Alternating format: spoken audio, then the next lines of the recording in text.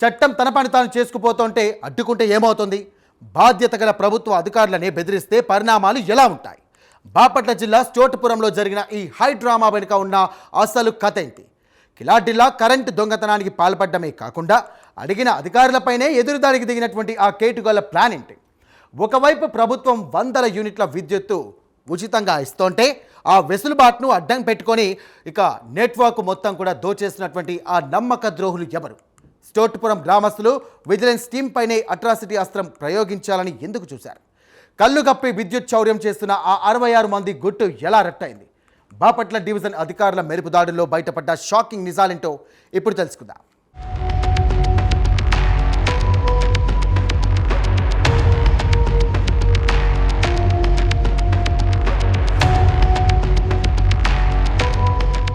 బాపట్ల జిల్లా చోటుపురం అంటేనే ఒక సెన్సేషన్. అయితే ఈసారి అక్కడ జరిగిన సంఘటన అందరినీ ఉలిక్కిపడేలా చేస్తోంది. చీకటి పడిగానే ఆ 3 కాలనీల్లో సీన్ మొత్తం మారిపోతుంది.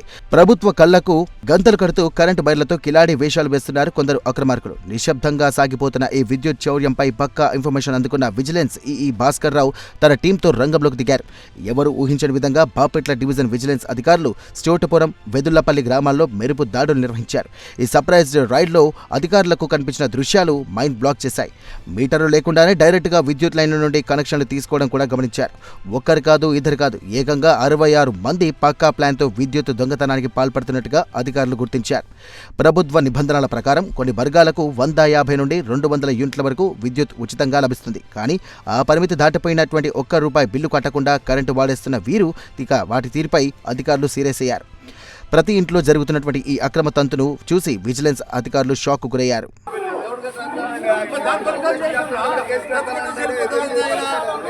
బిల్లు లేకపోతే బిల్లు బాబు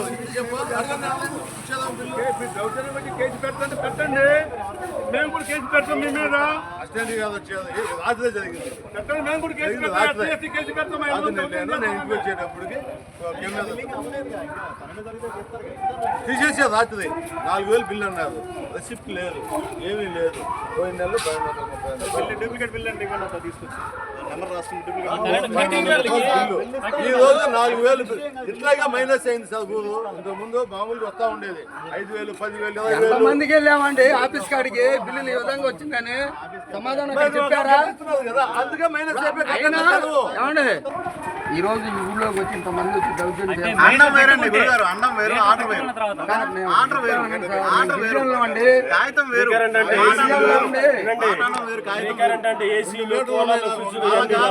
గవర్నమెంట్ ఎంప్లాయీస్ కాదు. ఓకేనా, గవర్నమెంట్ ఎంప్లాయీస్ కి ఫ్రీ కరెంట్ లేదు.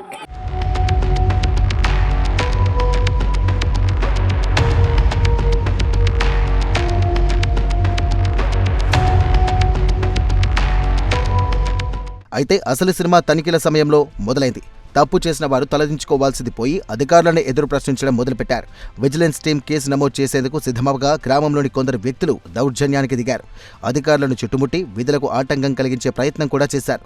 ఒక దశలో సీన్ చాలా సీరియస్గా మారింది. తనిఖీలు గనక ఆపకపోతే గనక అధికారులపైనే ఎస్సీ ఎస్టీ అట్రాసిటీ కేసులు పెడతామంటూ ఓపెన్గా వార్నింగ్ ఇచ్చారు. చట్టాన్ని రక్షించాల్సిన అధికారులపైనే చట్టపరమైనటువంటి అస్త్రాలను ప్రయోగించి భయపెట్టాలని చూశారు. ఇక విద్యుత్ సిబ్బందిపై కూడా గ్రామస్తులు దురుసుగా ప్రవర్తించడంతో అక్కడ ఉద్రిక్తత పరిస్థితి నెలకొన్నాయి. కానీ విజిలెన్స్ అధికారులు ఏమాత్రం తగ్గలేదు. అక్రమ విద్యుత్ వినియోగం అనేది సామాజిక నేరమని అత్యంత సమన్వయంతో ఇక నచ్చజెప్పే ప్రయత్నం చేశారు. బెదిరింపులకు లొంగకుండా అక్రమంగా విద్యుత్ వాడుతున్న 66 మందిపై కేసులు ఫైల్ చేయడమే కాకుండా ₹10,80,000 భారీ పెనాల్టీ విధించారు.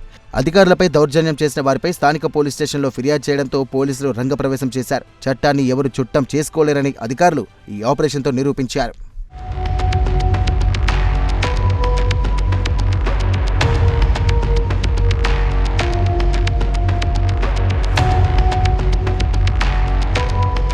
చూసారుగా, ప్రభుత్వ రాయితీలు పొందడం పౌరుల హక్కు. కానీ ఆ హక్కును అడ్డం పెట్టుకొని విద్యుత్ను దొంగలించడం అక్షరాలా నేరం. విధులు నిర్వహిస్తున్నటువంటి అధికారులను బెదిరించడం, వారిపై దౌర్జన్యం చేయడం అంటే రాజ్యాంగ విలువల్ని ధిక్కరించడమే అవుతుంది. ఇక ఇప్పటికైనా ఇలాంటి అక్రమార్కులు తమ పద్ధతిని మార్చుకోవాలి. లేదంటే చట్టం తన ప్రతాపాన్ని చూపించక తప్పదు. అధికారుల పట్ల బాధ్యతగా మెలగడం మనందరి ప్రాథమిక కర్తవ్యం.